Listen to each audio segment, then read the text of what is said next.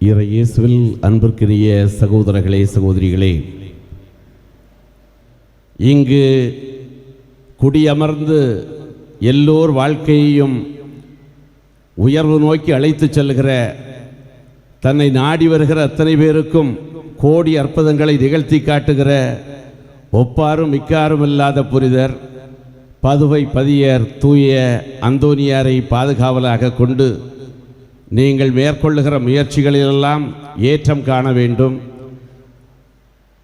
வளமை காண வேண்டும். மூடத்தனங்களும் முட்டாள்தனங்களும் அடிமைத்தனங்களும் அகன்று அறிவின் ஆதிக்கம் பெருகி நிறைவாழ்வை நோக்கி வழி நடக்க வேண்டும். திருத்தந்தை சுட்டிக்காட்டுகின்ற இணைந்த பயணத்தில் நிறைநோக்கு பார்வையோடு வளர வேண்டும் என்று உங்களை அன்போடு வாழ்த்துகின்றோம். உலக வரலாற்றை பார்த்தால் ஆள்கிறவர்கள் ஆளப்படுகிறவர்கள் என்கிற இருவேறு காரணிகளை காண முடியும். அது சமயத்தின் பெயராக இருக்கலாம், அதிகாரத்தின் பெயராக இருக்கலாம், பொருளாதாரத்தினுடைய அடிப்படையில் இருக்கலாம். ஆளுகிற சக்திகள் தங்களுக்கு கீழே அடிமைகள் இருக்க வேண்டும், தங்கள் சொல்லுவதை கேட்பதற்கு குற்றேவல் புரிவதற்கு கூட்டம் இருக்க வேண்டும், தங்களுக்கு துதிபாடிகள் இருக்க வேண்டும், கைத்தடிகள் இருக்க வேண்டும்.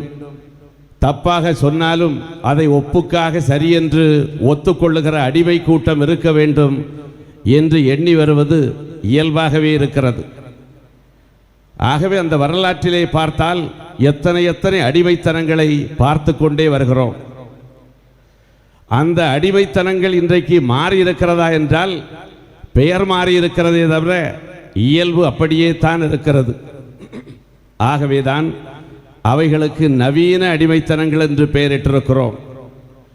வாழ்க்கை என்கிற வயலில் கொள்ளுவன தள்ளுவன எவை என வகைபிடித்து கொண்டால் நம் வாழ்க்கை வளப்படும். இன்றைக்கு நமக்கு இருக்கிற சிக்கலெல்லாம் எதுவென்றால், எது அடிமைத்தனம் எது விடுதலை வாழ்வு என்கிற வேறுபாடு புரிந்து கொள்வதற்கு கடினமாக இருக்கிறது. வயலில் கிடக்கிற களையும் பயிரும் ஒன்று போல தெரிகிறது. ஏன் பயிரை விட களைகள் மிகவும் வளமையாக காணப்படுகின்றன, பச்சை பசேல் என்று தெரிகிறது. பயிரிட்ட விவசாயி கூட குழம்பி போகிறான், எது களை எது பயிர். அதுபோலத்தான் இன்றைக்கு அடிமைத்தனங்கள் என்ன, வாழ்க்கைக்கான வழிமுறைகள் என்ன என்று வகை பிரித்து கொள்ள முடியாத அளவிற்கு பின்னி பிணைந்து கிடக்கின்றன. ஆகவேதான் நம்முடைய வாழ்க்கையை சுற்றி சுழன்று வருகின்ற அடிமைத்தனங்கள் நமக்கு வாழ்க்கையினுடைய வழிகாட்டிகளைப் போல தெரிகின்றன. ஆகவே தெளிவு பெற வேண்டும். தூய அந்தோனியாரை தலை சிறந்த போதகர் என்று திரு அவை எடுத்துக்காட்டி மகிழ்கிறது. போதகர் என்றால் என்ன? முல்லை மொட்டுக்களைப் போல் செந்தமிழ் சொற்களால் ஒரு அந்திவானத்தை எழுதி காட்டுவது, வசீகரிக்கிற வார்த்தைகளிலே கேட்கிறவர்களுடைய காதுகளெல்லாம் குளிர்கிற வகையில் பேசுவது போதகம் அல்ல. உள்ளதை உள்ளதென்று சொல்லுகின்ற உரத்த சிந்தனை உரைத்த சிந்தனை உடையவர்கள்தான். இடிப்பாறை இல்லா ஏமரா மன்னன் கெடுப்பாறை இல்லானும் கெடும் என்கிற ஐயன் வள்ளுவனுடைய வார்த்தையை போல தவறை தவறென்று சுட்டி காட்டுகின்ற ஒரு தமிழ் நக்கீரனை போல நாம் எல்லோரும் மாற வேண்டும். அந்தோனியார் வாழ்ந்த காலத்தில் அவற்றைத்தான் செய்தார். கேட்கிறார்கள் கேட்கவில்லை என்பதல்ல கணக்கு. நாம் சொல்ல வேண்டியது அறிவின் ஊற்றாக இருக்க வேண்டும், ஞானத்தினுடைய விளக்காக இருக்க வேண்டும். இருட்டு விலகட்டும் விலகாமல் போகட்டும், விளக்கேற்றுவதை மாத்திரம் விரல்கள் விட்டுவிடக்கூடாது என்கிற வாஞ்சையோடு செய்வதாக இருக்க வேண்டும். சில பேருடைய வாழ்க்கையோடு பின்னி பிணைந்து கிடக்கிற அடிமைத்தனங்கள் அது வாழ்க்கையினுடைய விழுமியங்களைப் போல அவர்களை பற்றி கொண்டு செல்லும். அது அடிமைத்தனம் என்று கூட அவர்கள் அறிந்திருப்பதில்லை. காரணம், வரலாற்றை நீங்கள் எடுத்து பார்த்தால் தங்களின் தோளுக்கு மேலே எத்தனை பேருடைய கால் இருக்கிறது, கால்கள் இருக்கின்றன என்கிற கவலை இல்லை. தனக்கு கீழும் தோள்கள் இருக்கின்றனவே, என் கால்கள் சில பேருடைய தோள்களிலே இருக்கிறது என்கிற ஒரு வகையான போலி அற்ப சுகம். அதுதான் அடிமைத்தனம். எல்லோரும் எல்லாம் பெறுவது மாத்திரமல்ல, எல்லோரும் சமநிலை அடைய வேண்டும் என்கிற எண்ணத்திலே உழைக்கிற பொழுது இந்த அடிமைத்தனங்கள் வேறறுக்கப்படும். பிறப்போக்கும் எல்லா உயிர்க்கும் என்கிறதை போல பிறப்பாலே எல்லோரும் சமமானவர்கள். ஆண்டான் அடிமை என்றில்லை. கடவுளுடைய தோளிலிருந்தும் தொடையிலிருந்தும் தலையிலிருந்தும் மனிதன் பிறக்கவில்லை. தன் சாயலாகவும் பாவனையாகவும் மனிதர்களை படைத்தார் என்று தொடக்க நூல் சொல்லுகிறது.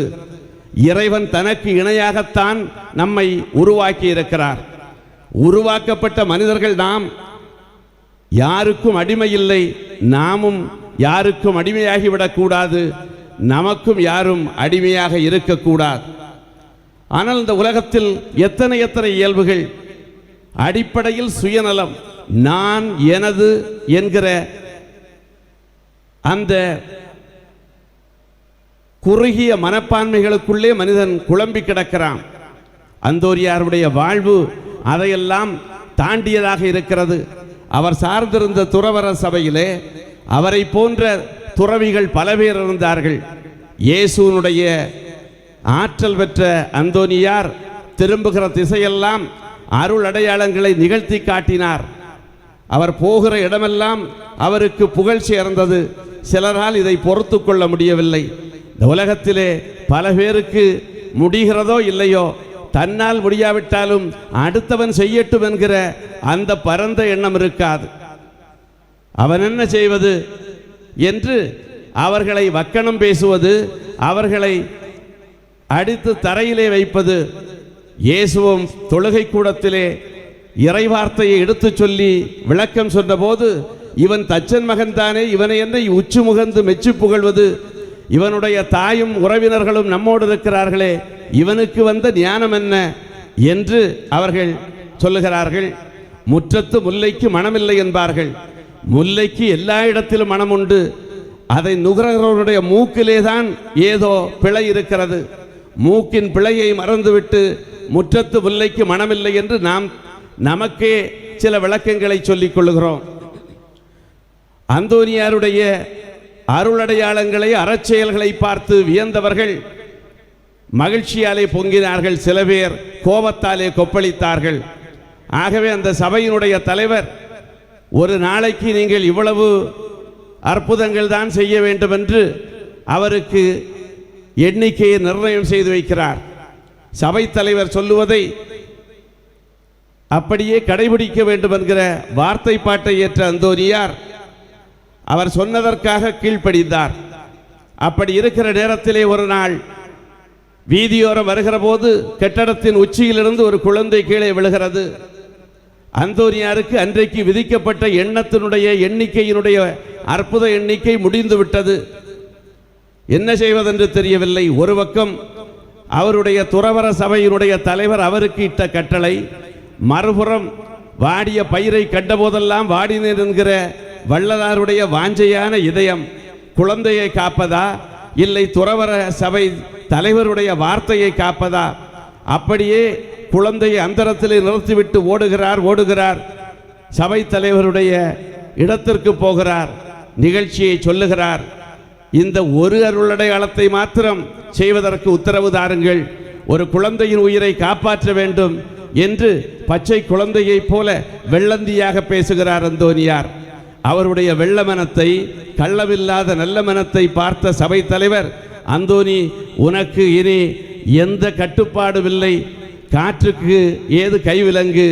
நீ செல்லுகிற இடமெல்லாம் இறைவனுடைய ஆட்சியை பறைசாற்றுகிற விதமாக அருள் செயல்களை செய்யலாம் என்று அவருக்கு அனுமதி அளிக்கிறார். தான் சார்ந்திருந்த சபையில் பிரபலமாக இருந்த காரணத்தாலும் மக்கள் போகிற இடமெல்லாம் இவரை போற்றி புகழுகிறார்கள் என்பதற்காகவும் ஒரு சாதாரண துறவி என்கிற நிலையில் அவர் மாறுபடவில்லை. எவ்வளவுதான் மயக்குகிற மந்திர சொல்கள் அவரை வந்தடைந்தாலும் சபை தலைவருடைய கட்டளையை கடைபிடிக்க வேண்டும் என்று தான் ஏற்றுக்கொண்ட கொள்கையிலே உறுதியாக இருந்தார். தான் தனது என்பதையெல்லாம் ஒதுக்கி வைத்துவிட்டு நாம் சார்ந்திருக்கிற சபை என்கிற எண்ணத்தை வைத்திருந்தார். அவரை பாதுகாவலாக கொண்டிருக்கிற நாம் வாழுகிற இறை சமூகத்தில் நான் என்னுடைய பெயர்தான் வர வேண்டும், காலை பத்திரிகையிலே என்னுடைய பெயர் தலைப்புச் செய்தியாக வர வேண்டும் என்கிற ஆசைகள் கனவுகள் எல்லாம் இருக்கக்கூடாது. நாம் வாழுகிற சமூகம் பயன்படுகிற சமூகம், பலருக்கும் உதவுகிற சமூகம் என்கிற நிலையிலே வர வேண்டும். ஆகவே அடிமைத்தனங்கள் இன்றைக்கு நான் எனது என்கிற சுயநலத்தில் இருந்துதான் தொடங்குகிறது. இந்த சுயநலங்களை விலக்கிவிட்டு நாம் நமது என்கிற எண்ணத்தோடு புறப்பட்டால் இந்த அடிமைத்தனங்கள் விலகும். பல பேருக்கு இந்த நான் என்கிற பிரச்சனை கடைசி வரையிலும் தீராது. சில மாதங்களுக்கு முன்பு ஒரு கிராமத்திலே இருக்கிற ஆலய விழாவிற்கு சென்றேன். 6:30 என்று நோட்டீஸில் அடித்திருந்தார்கள். நான் 6 மணிக்கே போய்விட்டேன். அங்கே திருவிழாவிற்கான அறிகுறி ஒன்றுமே இல்லை. அது கிளைப்பங்காக இருந்ததனால் அந்த அருள் பணியாளர் தங்குகிற இல்லமும் இல்லை. ஆக வெளியிலே நின்று கொண்டிருந்தேன் மரத்தடியில். ஒரு பெரியவர் வந்தார். வந்து விசாரித்து விட்டு 6:30 என்று நோட்டீஸில் போட்டிருப்பார்கள், 7-7:30 ஆகும், ஆட்கள் வந்த பிறகுதான் தொடங்குவோம் என்று அவருடைய பாணியிலே சொன்னார். ஒரு நல்ல மனிதர் தன் வீட்டில் உள்ள நாற்காலியை எடுத்துக்கொண்டு வந்து மரத்தடியிலே போட்டார். நான் அதிலே அமர்ந்திருந்தேன். அவர் பழங்கால கதைகளையெல்லாம் பேசி கொண்டு வந்தார். நான் அதை ரசித்து கேட்டுக்கொண்டே இருந்தேன். இடையிலே பார்த்தீர்கள் என்றால், இந்த கோயிலை கட்டுறதுனா, கொடிமரம் வச்சதுனா, மேடையை வச்சதுனா, இந்த மரத்தை வச்சதுனா, நான் அந்த ஆள் பேசிக்கொண்டே போகிறார். எனக்கு சங்கடம் என்னவென்றால், மூச்சு திணறல் ஏற்பட்டு இவர் முதியவருக்கு ஏதாவது முடியாமல் போய்விட்டால் சாவுக்கு காரணம் நாம் என்று சங்கடப்பட வேண்டி இருக்குமே என்கிற சங்கடம்தான். ஆகவே நான் என்கிறார். மூச்சையும் விடவில்லை. நான் ஒரு இடத்துல கேட்டேன், இந்த ஊரில் பங்குசாமி நீங்கள் தானே என்ன? இல்லை அவர் வேற. அடுத்ததாக பாதுகாவலர் நீங்களா என்ன? அது சூசேப்பர் தான்.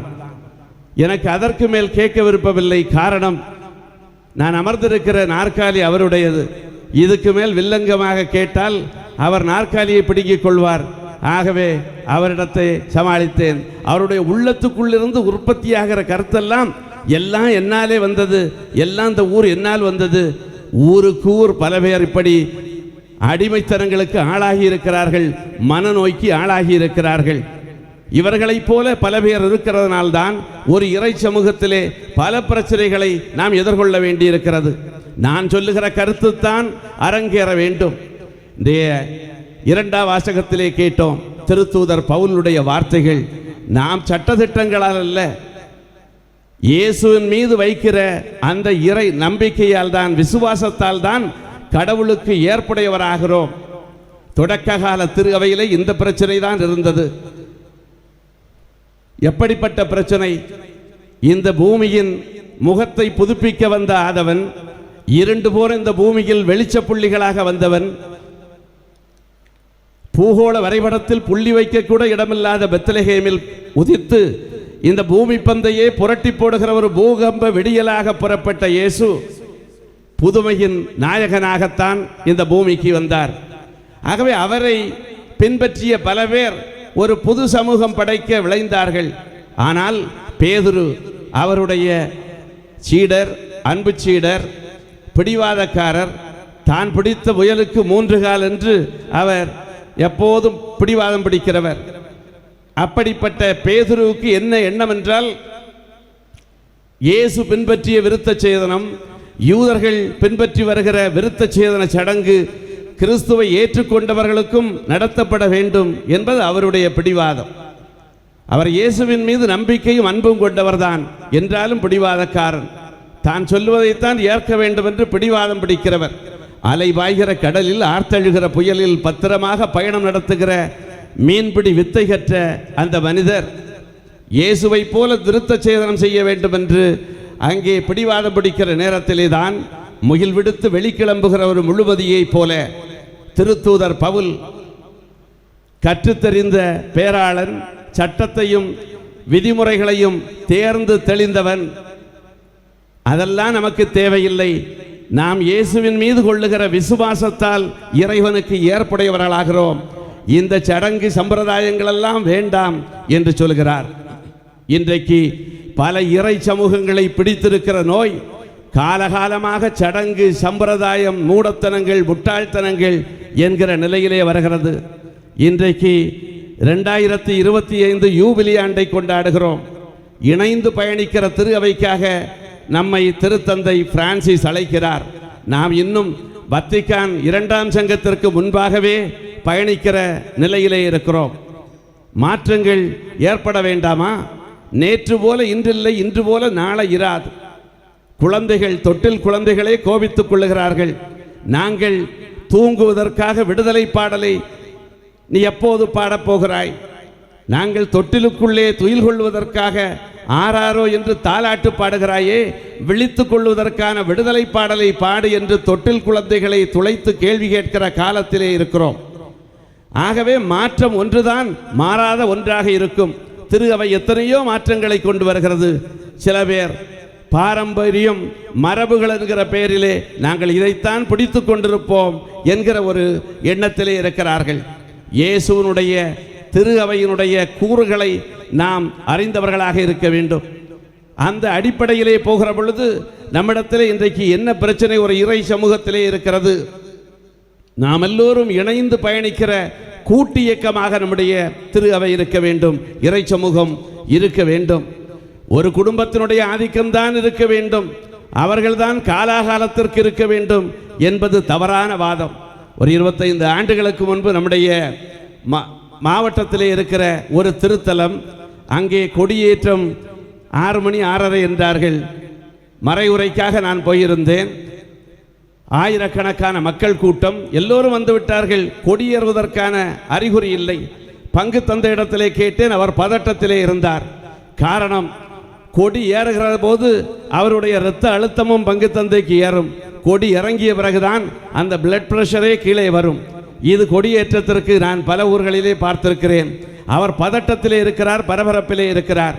எப்போ கொடியேற்றோன்னு 7, 7:30 ஆயிற்று, கொடியேற்றத்தை காணவில்லை.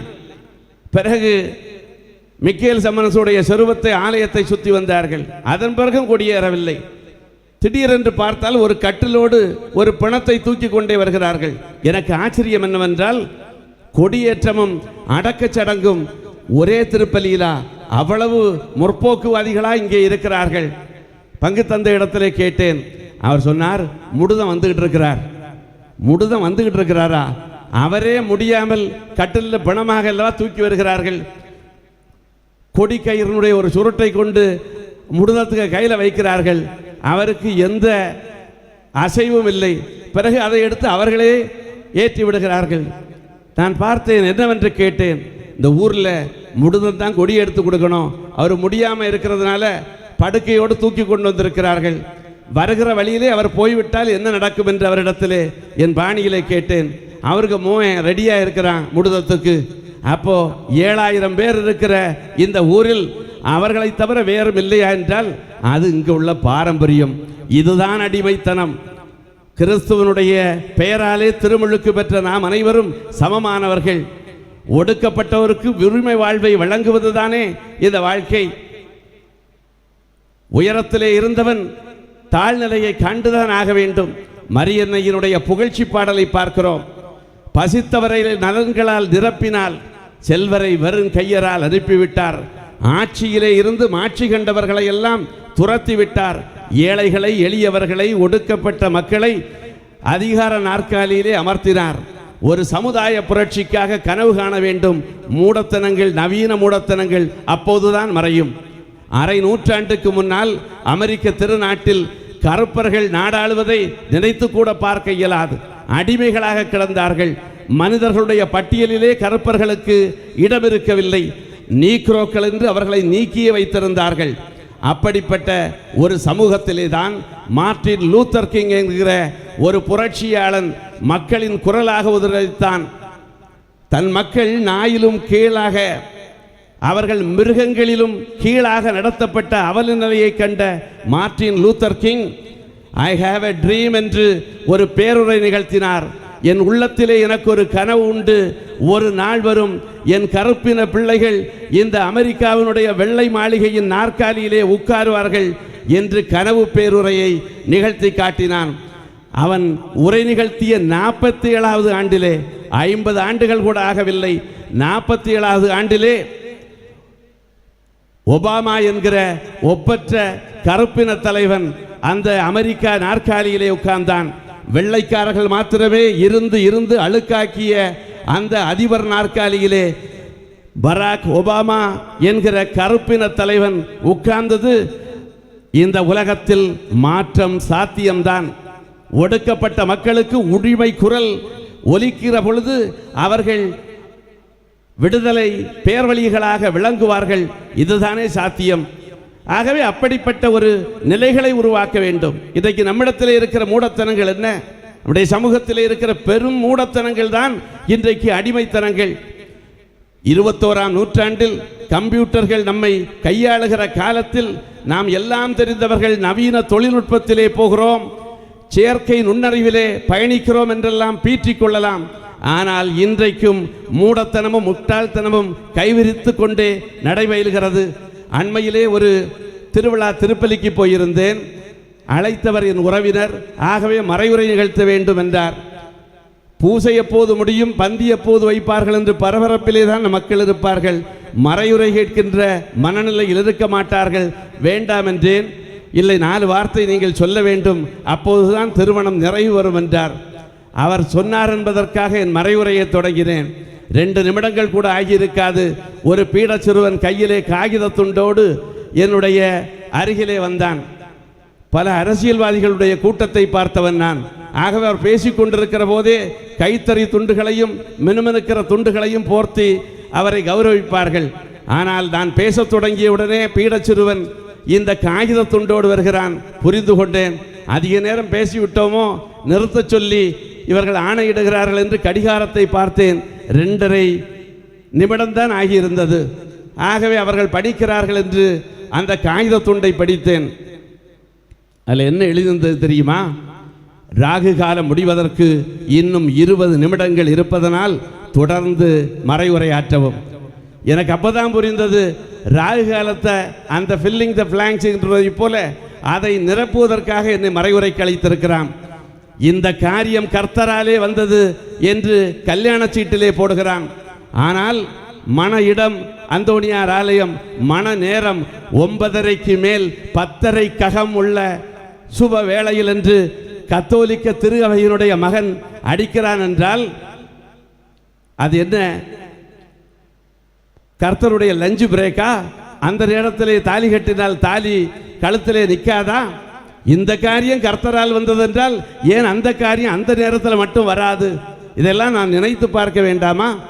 எவ்வளவு பக்தி பேர்வழிகளாக இருக்கிறவர்கள் இன்றைக்கு மூடத்தனங்களிலே முடங்கி கிடக்கிறார்கள். இது அடிமைத்தனம் இல்லையா? அந்தோனியார் மீது பக்தி இருக்க வேண்டுதான். நாவழியாத நல்லவராக பதுவா திருத்தலத்திலே அவருடைய நாக்கை காண்பதற்காக கோடிக்கணக்கான மக்கள் குவிகிறார்கள். இன்றைக்கு வாழுகிற பொழுதே பல பேருடைய நாக்கு அழுகி விடுகிறதற்கு காரணம் அடுத்தவர்களை பற்றி இல்லாதது பொல்லாததெல்லாம் பேசுவது, அடுத்தவர்களுடைய உள்ளங்களை உடைக்கிற விதமாக பேசுவது, அவதூறாக பேசுவது, ஆபாசமாக பேசுவது என்றெல்லாம் பேசி பேசி அழுக்காகிய நாக்குகள் அழுகிய போகின்றன. 800 ஆண்டுகளை கடந்த பிறகும் இன்றைக்கும் அந்தோனியாருடைய நாக்கு அழியாமல் இத்தாலியின் பதுவா திருநகரிலே கிடக்கிறது என்றால் அவர் உண்மையை சொன்னார், உள்ளதை சொன்னார், அதை உறக்க சொன்னார்.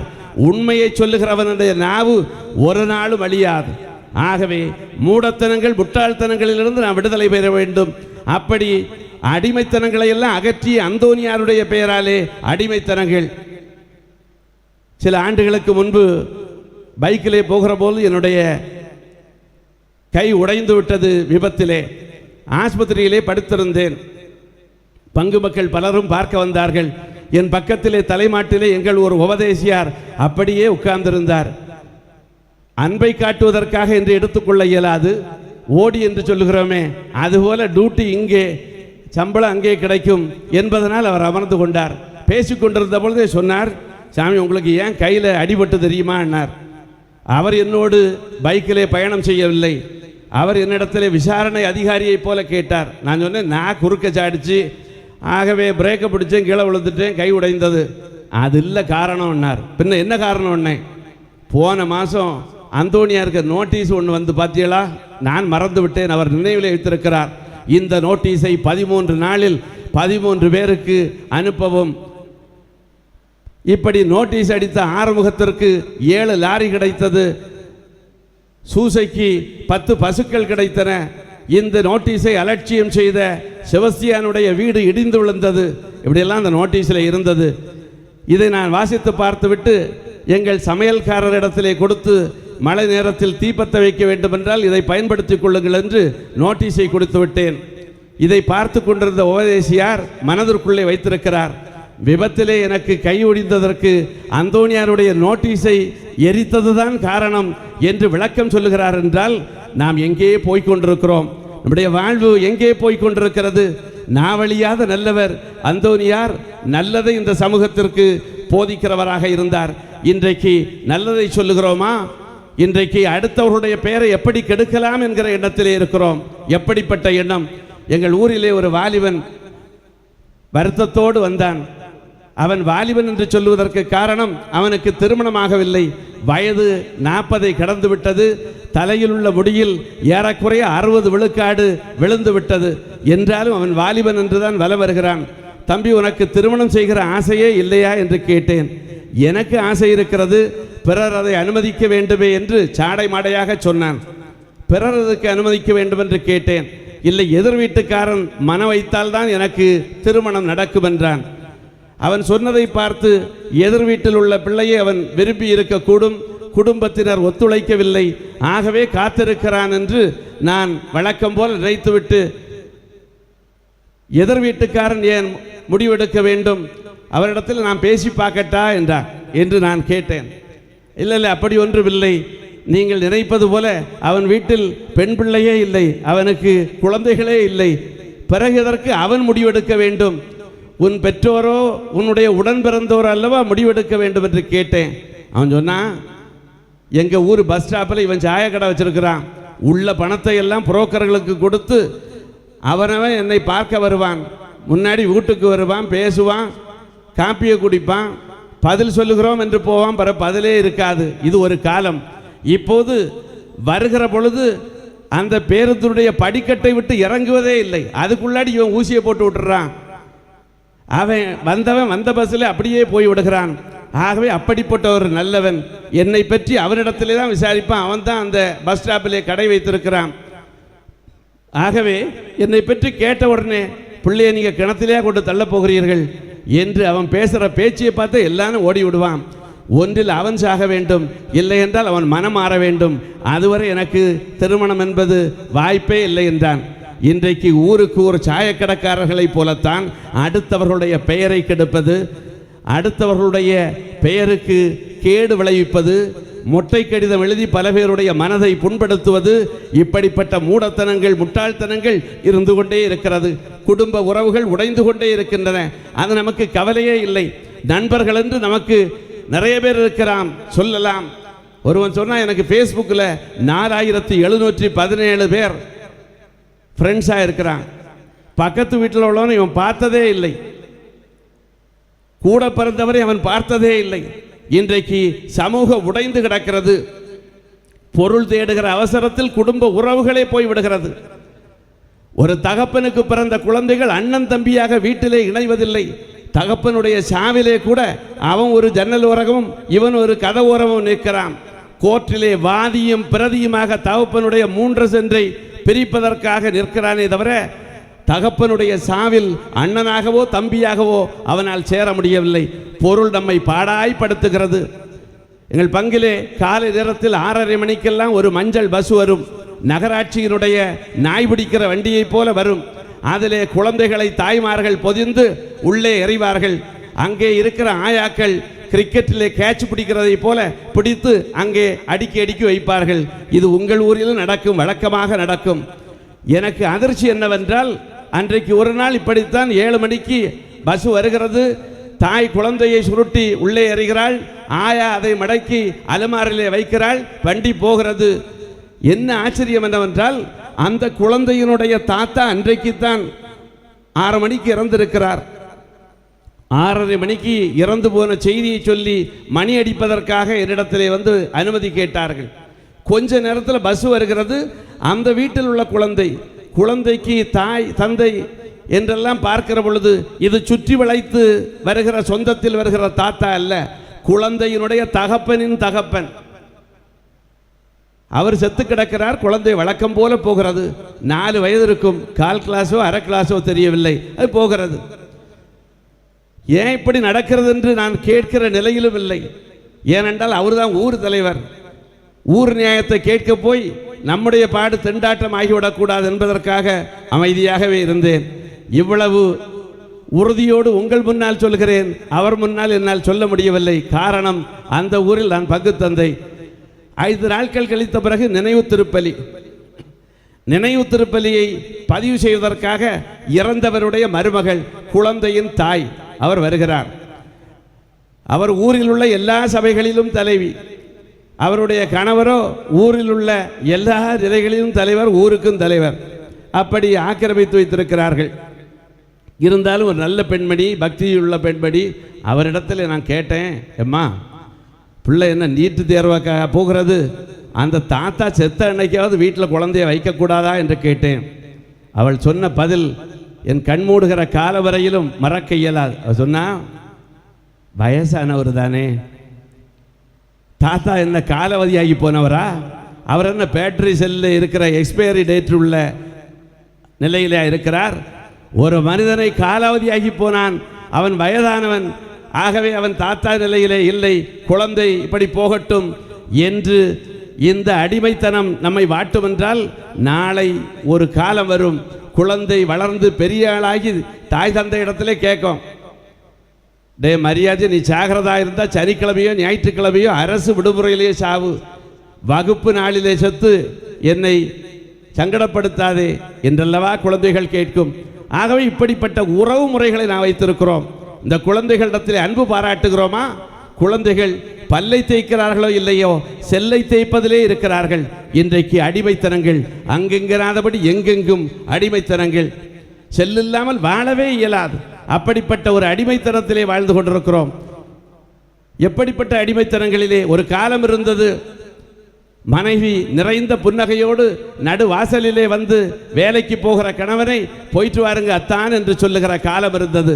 இன்றைக்கு செல்லு வந்த பிறகு போயிட்டு வாங்க அத்தான் என்பது மாறி, போயிட்டாரு அத்தான் நீங்க வாங்க என்று சொல்லுகிற அளவுக்கு இழிநிலைக்கு போகிறோம் என்றால் நாம் எங்கே போய் கொண்டிருக்கிறோம்? நவீன வசதிகள் நம்மை நவீன அடிமைத்தனத்தை நோக்கி அல்லவா கொண்டு செல்கின்றன. குடும்பத்தில் உறவு இருக்கிறதா? மேளதாளங்கள் முழங்க, வீடியோக்கள் மினுங்க, பட்டுச்சேலைகள் பளபளக்க, கேமராக்கள் கண்விட்ட நடைபெறுகின்ற வார்த்தைப்பாடுகள் வாழ்க்கையின் பாடுகளில் படாத பாடுபடுவதை பார்க்கிறோம். நகை போடுகிறார்கள், தொகை கொடுக்கிறார்கள், எல்லாம் போடுகிறார்கள், வாழ்க்கையை மட்டும் இழந்தே விடுகிறார்கள். ஆகவே அடிமைத்தனங்கள் என்று ஆயிரத்தை சொல்லலாம். அந்தோனியார் அடிமைத்தனங்களை எல்லாம் விலக்கி ஒரு ஆதவனாக, ஞான சூரியனாக இந்த உலகத்திலே பிரகாசித்தார். அவருடைய பாதுகாவலிலே வாழ்கின்ற நாம் நவீன அடிமைத்தனங்களாக இருக்கின்ற எல்லாவற்றையும் களைந்துவிட்டு புதிய மனிதர்களாக, புது படைப்புகளாக உருவாக வேண்டும். அந்த நிலை உருவாக வேண்டும். அந்த அருளை இறைவன் நமக்கு வழங்க வேண்டும் என்று இந்த பலியிலே தொடர்ந்து மன்றாடுவோம். ஆமீன்.